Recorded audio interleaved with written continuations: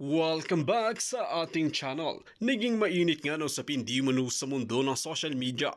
Tila nang gulantang ang mga tambaloslos na ito matapos nga magsalita ni Sas Ruganda Sasot tungkol di umano sa pangbabatikos nga kay Vice President Sara Duterte na sa 11 days ay nagastos nga niya ang confidential fund. Dito nga natin makikita mga kaibigan kung paano nga talaga ipinaliwanag kung bakit nga ginastos sa ganitong araw at talagang pahiya nga at supalpal sa pagmumuka ang mga tambalos-los na ito na hindi tumitigil pa rin si Ted Casino at mga iba pa. Makikita natin dito na pati nga kalapit ni Vice President Sara Duterte ay parang bumabaliktad na rin at hindi talaga sinusuportahan ang kanyang mga agenda at kanyang mga proyekto. Dito nga natin makikita na talagang nakikita natin kung sino nga ba talaga ang tunay na kakampi ni Vice President Sara Duterte para mapaunlad ang bansang Pilipinas. Kaya naman banat nga ni Sas Sasot ay talagang napakatindi at talagang pahiya ang mga tambaluslos na ito na walang ginawa kundi paninira at panisisi ang ginagawa sa Vice Presidente at wala nang naggawa tama si Vice President Sara Duterte sa kanilang harapan. Dito natin mapapatunayan na talagang pinupolitika na nila matagal pa ang eleksyon, ngunit talagang sinisimulan na nila pabagsakin ang kanilang mga kalaban. Well mga kaibigan, para nga sa karagdagang impormasyon, panoorin nga natin ang buong video at kung bago ka pa lamang sa aking channel, huwag kalimutan i-click ang subscribe button at notification bell para lagi kang updated sa ating mga bagong video. At para sa solid viewers natin dyan, maraming salamat sa walang sawang pagsuporta. Revelasyon. Ang issue nila bakit ito ginastos within 11 days. Kung hindi ba naman kayo timang at bopols, paano hindi ito magagastos within 11 days? Ibinigay nyo yung budget, patapos na yung taon. Ngayon pag hindi ito ginastos within that time period, magiging issue ito sa Office of the Vice President in the next cycle. So naipit si Inday, okay? Naipit ang Office of the Vice President, okay? Ginawa ito ngayong issue sa kanila, okay? At alam niyo naman yung nangyari, itong si Tambaloslos and mga legal fronts ng CPP-NPA, ginawa itong issue, no? Tinira nila si Inday. Pero sinong hindi nila tinitira? Hindi tinitira ni Tambaloslos. Ang hindi tinitira ni Tambaloslos ay ang Office of the President. Ayun. Hindi tinitira ni Tambaloslos ay ang Office of the President. Kailangan po natin himayin ang mga pagkakasunod-sunod po ng mga events. Hindi kasi natin pwedeng tingnan lang itong nangyayari kay Super Inday sa pamamagitan lamang po ng pagtingin sa nangyayari sa kanya ngayon. Alam niyo naman po ang issue ngayon kay Super Inday, di ba? Ang issue sa kanya ay yung confidential fund. Okay, bigyan lang ko lang yun ng background Noong 2022, kasi pag bagong upo mo, okay, pag bagong upo mo, ang budget na lang ng office mo is yung natitira na lang nung pinalitan mo. So yung natitirang budget na lang ng pinalitan ni Inday, si Lenny. So kaunti na lang yon, okay? So ngayon, hindi pa malinaw kung nag-request ba talaga si Inday or hindi, pero may mga dumadating sa aking balita na basta malalaman nyo na lang to sa mga susunod na araw. Ang nangyari is syempre walang budget. Okay? Wala nang budget paubos na kalahating taon na lang yan kailan maumupo si Inday. Umupo ang bagong administrasyon ng July. So ang budget na lang for 2022 is for July to December. Okay? Yan talaga ang July, August, September, October, November, December for 5 months. Okay? So ngayon itong si Inday, yung Office of the Vice President, okay?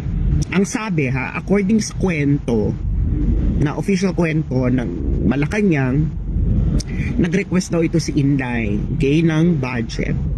Ngayon, ibinigay sa kanya ang budget ng December.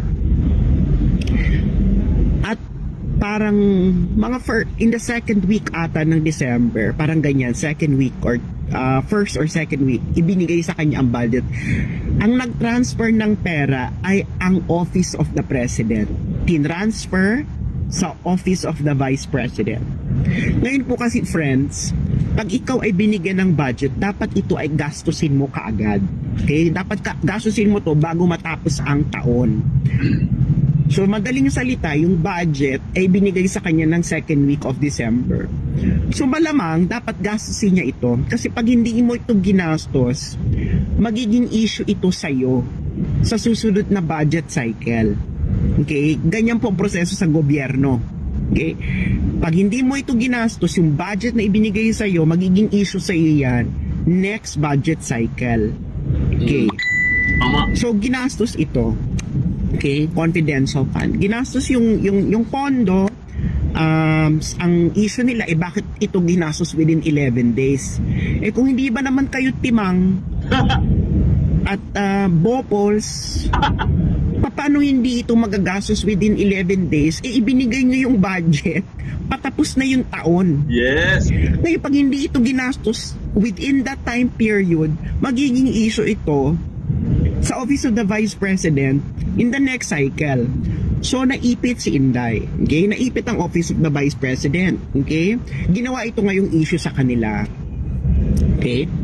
At alam niyo naman yung nangyari, itong si Tambaloslos and mga legal fronts ng CPP-NPA, ginawa itong issue, no? Tinira ng tinira si Inday. Pero sino hindi nila tinitira? Hindi tinitira ni Tambaloslos. Ang hindi tinitira ni Tambaloslos ay ang Office of the President. Siyempre, pinsan eh! Insan! Pinsan eh! Hindi talaga nititirahin yun. Pinsan nga. Ay, nako. Pinsan! Yan ang nagagawa ng pinsan. Na nag-transfer ng pera sa Office of the Vice President. So, ang nag-transfer ng pera sa Office of the Vice President ay ang Office of the President. Pero ang tinitira ni Tambaloslos at ng legal front ng CPP, NPA, yung bandit group na yan, na hindi po yan totoong komunista. Yan po ay bandit group. Bandit. Okay, tulisan, mga bandit 'yan. Wala yung ibang ginawa kundi mag-extort ng pera to the highest bidder. Okay. So, ang tinitira nila ay ang Office of the Vice President, pero ba't hindi nila tinitira ang Office of the President? Una, ba't hindi nila tinitira? Dahil ang Office of the President ito ay of course pinamumunuan ng kamag-anak ng Speaker of the House. Okay. Ngayon, syempre, itong Makabayan Group, sila ngayon ang napiling henchmen, okay, ni Tambaloslos. Alam ko na nagagamitin nilang henchmen yung Makabayan Group. Okay? I was seated across the power behind the throne during Holy Week. At katabi ko ay isang taong siguro kilala nyo na. At ang sinabi ni Power Behind the Throne ay sinabi sa kanya ni Holy Week ito ng 2022. At sinabi sa kanya sinabi sa amin nung Power Behind the Throne, okay, pwede naman itong magsinungaling itong katabi ko, no? Nung panahon na ito sinungaling mahilig naman kasi magsinungaling. Pero sinabi niya ni Power Behind the Throne ay sinabihan daw siya ni Throne na kausapin na ang mga CPP-NPA. Okay, kausapin na. This was only in Holy Week last year. Okay, so kaharap ko si Power Behind the Throne. We were to ilang meters bang isang kamay? 5 meters bang isang kamay? Ilang meters? It was a circular table. Okay, it was a circular table somewhere in the north. Malamig naman doon. Pero galing ko lang sa Netherlands, hindi naman po masyadong malamig sa akin. Holy Week, kausapin na itong mga CPP-NPA. noon ay hindi ko naman parang ako naman noon I was just like observing, no? Pero sumagi na sa isipan ko, bakit? Di ba? Bakit kailangan kausapin?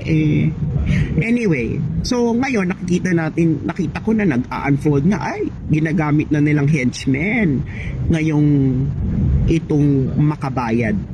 Okay, Makabayan, sorry. Ngayon, so hindi nila tinitira ang Office of the President na nag-transfer. Kasi, kung may kasalanan ang Office of the Vice President, dapat may kasalanan din ang Office of the President. Pero, hindi itinitira ni Tambaloslos at ng mga Makabayan Group ang presidente. Sila ang nag-transfer. Hindi mangyayari yun, hindi magkakaroon ng transfer kung hindi ito na-approve ng presidente. Okay? Wala. So anyway, hindi nila tinitira. No? Si Inday ang kanilang winawasak. Okay? Fast forward, ngayon ng 2023. Ano ba mga naging kaganapan bago lumala itong pagtitira kay Inday? Ano pinakamalaking ginawa ni Inday na masasabi natin parang napahiya ang presidente? Saka si Tambaloslos. Of course, alam na natin yung nangyayari kay Tambaloslos, no? Masakit naman yung tinawag siyang Tambaloslos. This was, ano ba to? May ba yung tinawag siyang Tambaloslos? Okay. Pero hindi yan ang tinatawag natin the straw that broke the camel's back. Anong ginawa ni Inday na parang napahiya ang presidente ng Pilipinas? Ito yung Afghan issue. Okay? Naalala niyo yung Afghan issue? Ito ang nangyari dyan, okay?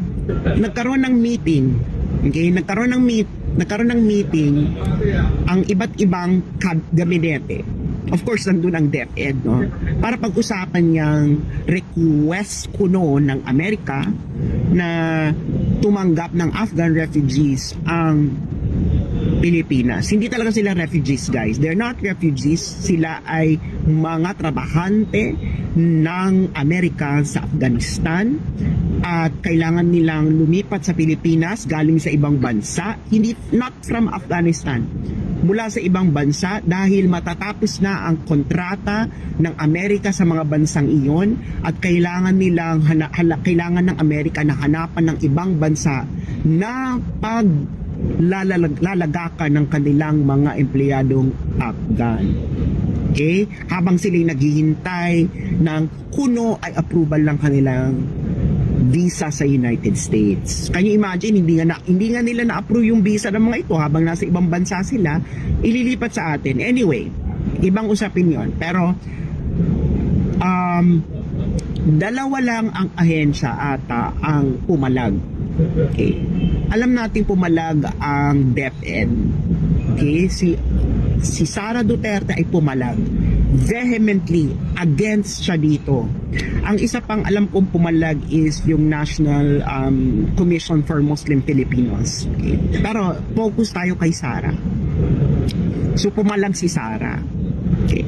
So ano mga sumunod na mga pangyayari sa pagpalag itong ni Sara? Naalala nyo, nag-release ang ICC na hindi na yung ICC International Criminal Court, sabi nila itutuloy nila ang investigasyon laban sa sitwasyon sa Pilipinas, and of course alam naman natin ito ay against kay Duterte. Anong nireport ng Vera Files? Okay? Ang Vera Files po, ito po ay tumatanggap ng salapi mula sa US State Department, okay, sa pamamagitan ng National Endowment for Democracy.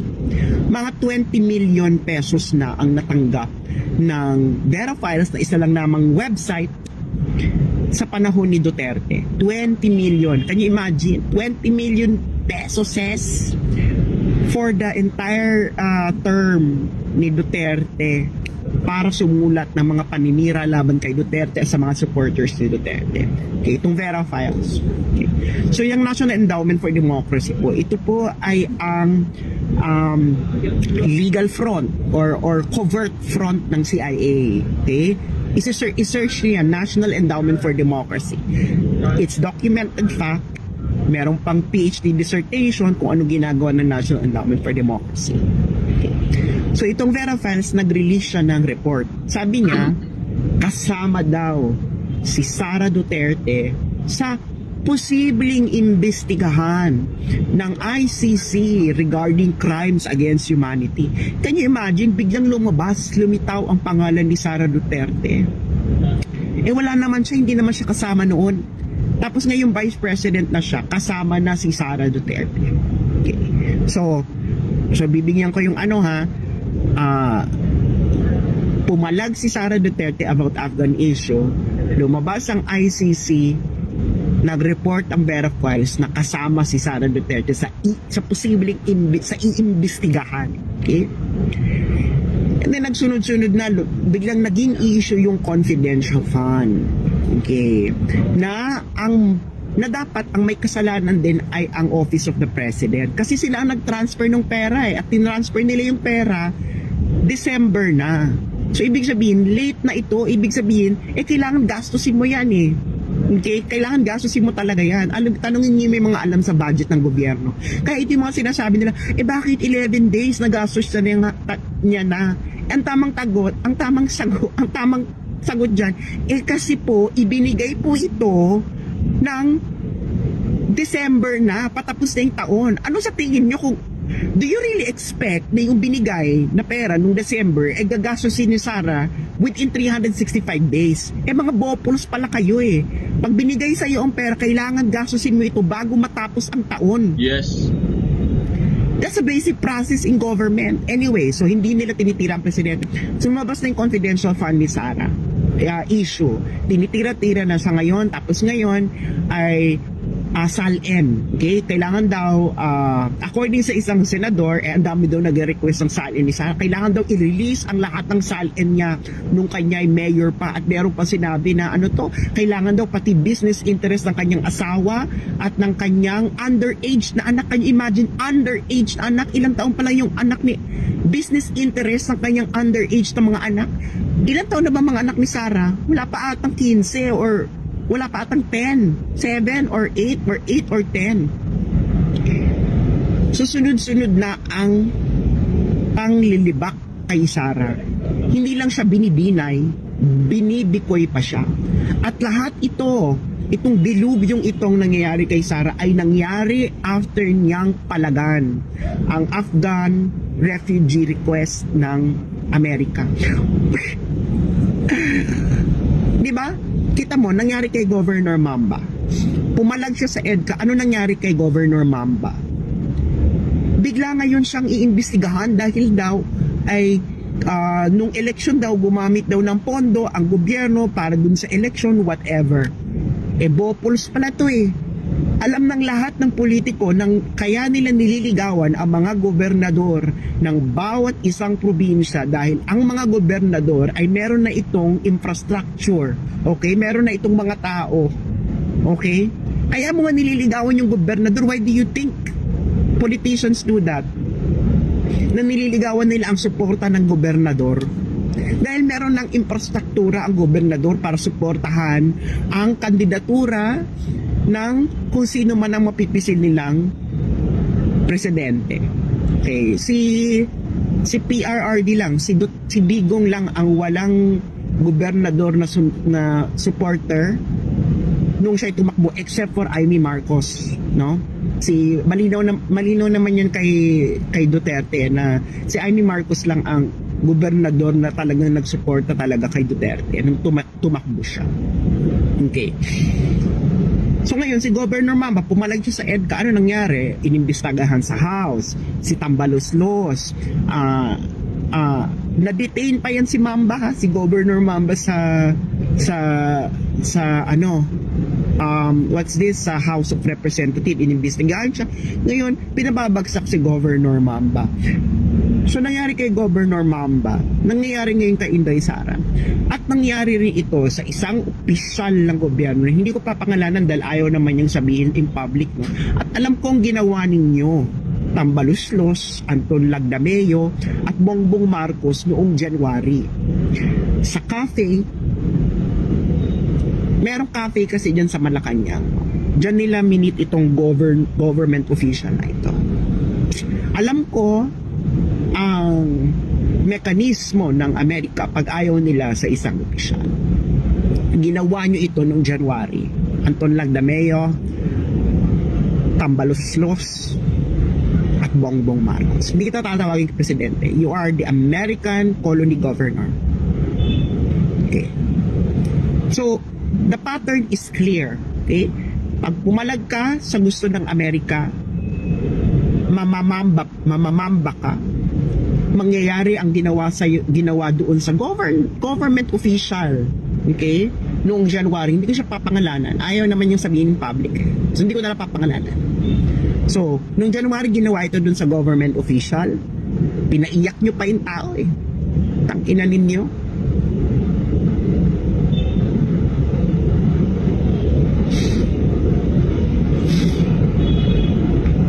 Si Governor Mamba, ngayon si Sara Duterte. Naalala niyo yung sinabi ni Digong? Itong Afghan refugee issue ang magpuproduce ng lamat sa UNITIL. And eventually, it did. Diba? Yes. Ito na yon. Ito na yon. At pababagsakin talaga nila yan si Sara Duterte. Kasi si Sara Duterte ay vice-presidente. Pag nagsalita kasi yan kita mo nung Afghan refugee issue, diba? Nung nagsalita si Sara Duterte, natigil ang plano. Siyempre, alam mo namang banggain ng presidente si Sara Duterte ng harap-harapan.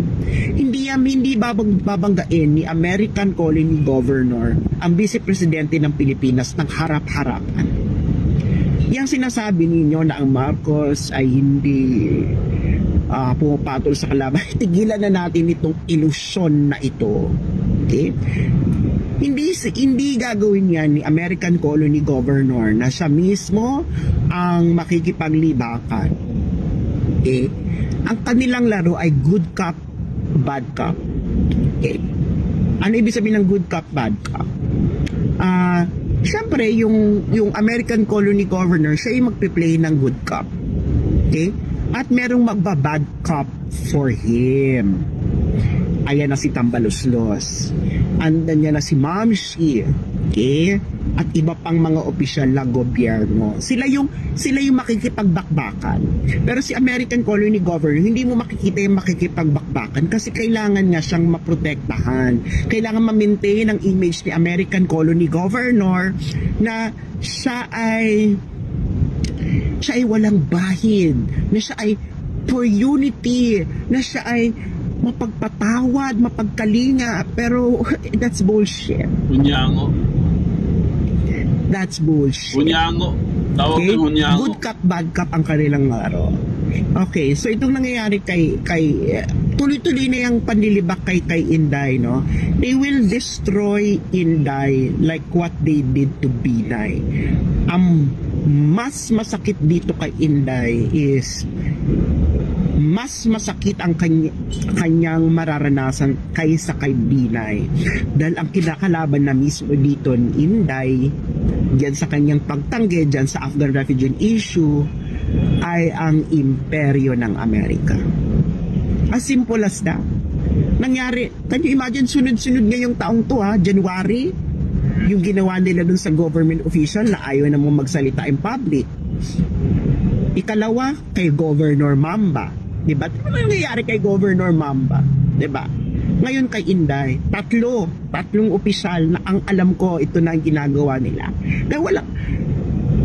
Kaya itong mga to ay takot. Kaya takot. Dahil nga, mawalan sila ng career. Okay? Siyempre tayo namang mga citizens ng American colony, madali kayong ma-entertain eh. Diba? Tingnan nyo ngayon sa Facebook, ang mga pinupush ngayon ng mga pages ng Facebook sa mga wall natin. Nagulat nga ako, hindi mo na ako nagpa-follow ng mga prank websites, mga showbiz websites. Tapos push yung mga suggested pages sa newsfeed ko, walang about politics. Puro about prank, showbiz, etc. Hindi naman ako mahilig na gano'n ng mga sa Facebook pages eh. Diba? So ganyan ang nangyayari. The Inday will be destroyed. She will be destroyed. Okay? And wala na kayong mangyayari. Hindi ko alam kung anong pwedeng gawin ni Inday in order to rise up. Pwede niyang halikan ang paa ng Imperyo Amerika nang matigil na itong lahat. Diba? So, gano'n lang naman yan. Nakita mo kay Duterte. Diba? Nung pinalagan niya yung Amerika, anong ginawa kay Duterte? Duterte was destroyed. Ang laban ng international news, araw-araw si Duterte. Kulang na nga lang, pati pagtain ni Digong ibalita sa international media. Ngayon, sino ngayon ang laman ng international media sa Pilipinas? Inday Duterte. Si Inday Duterte ngayon ang laman ng international news. Diba? Si Inday Duterte. At what they did to the father, they're doing to the daughter. And ang sakit, no? Alam mo yun na ang sakit na naging hindi ako humingi ng kapatawaran na naging parte ako kung bakit na elect itong American colony governor na to. Dahil alam ko na yung kung ano man yung naging partisipasyon ko sa pagkaka-elect ng American colony governor na ito, it doesn't deserve to be forgiven. Whatever I did, I don't deserve to be forgiven.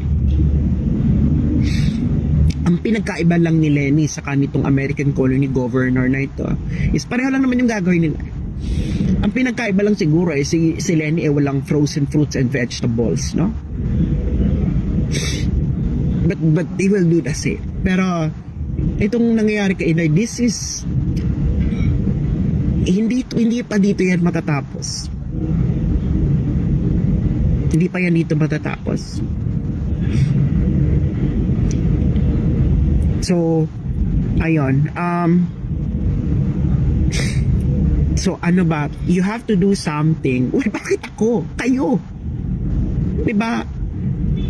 Actually,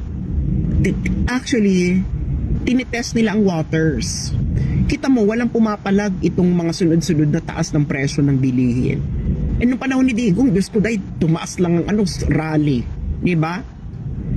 Ngayon may nag-rally pa ba? Dahil nakakaloka na yung mga pagtaas ng presyo ng mga bilihin. Wala naman nag-rally, wala nga nagkukol na ng kung ano yung gusto nilang yung kay Duterte. Di ba wala na? So ayun na yung nangyayari kay Inday. Inday will be will go through a destruction. Tingnan natin kung gaano katapang at katibay si Inday. At kung malalagpasan niya ito, wala na, hindi na nila to it's ang sakit na kung ano man yung naging partisipasyon ko sa pagkaka-elect ng American colony governor na ito, I don't deserve to be forgiven for that.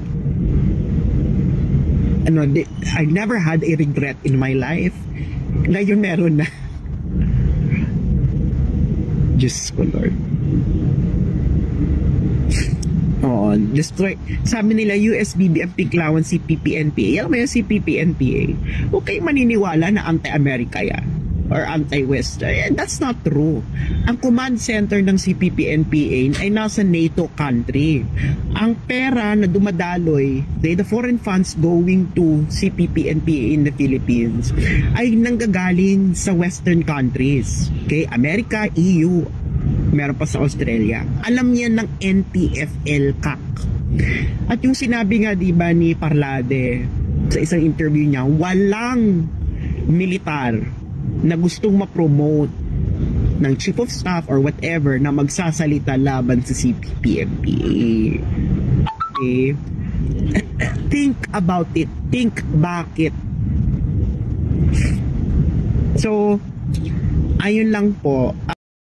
Dito natin makikita mga kaibigan kung paano nga talagang banatan nga ni Zaz Ruganda Sasot ang tambalos-los na ito at talagang ipapahiya nga ito hanggat maaari na talagang pinagtatanggol si Vice President Sara Duterte at pinaliwanag nga kung saan nga ba talaga ginamit ang confidential fund. Dito natin makikita na wala nang laman ang balita kung di si Vice President Sara Duterte at talagang iboboykot nga raw nila ito dahil walang kwenta na Vice Presidente. Kung kayo ang tatanungin mga kaibigan, ano ang inyong mga opinyon? Just comment below sa ating comment section at ating pag-uusapan.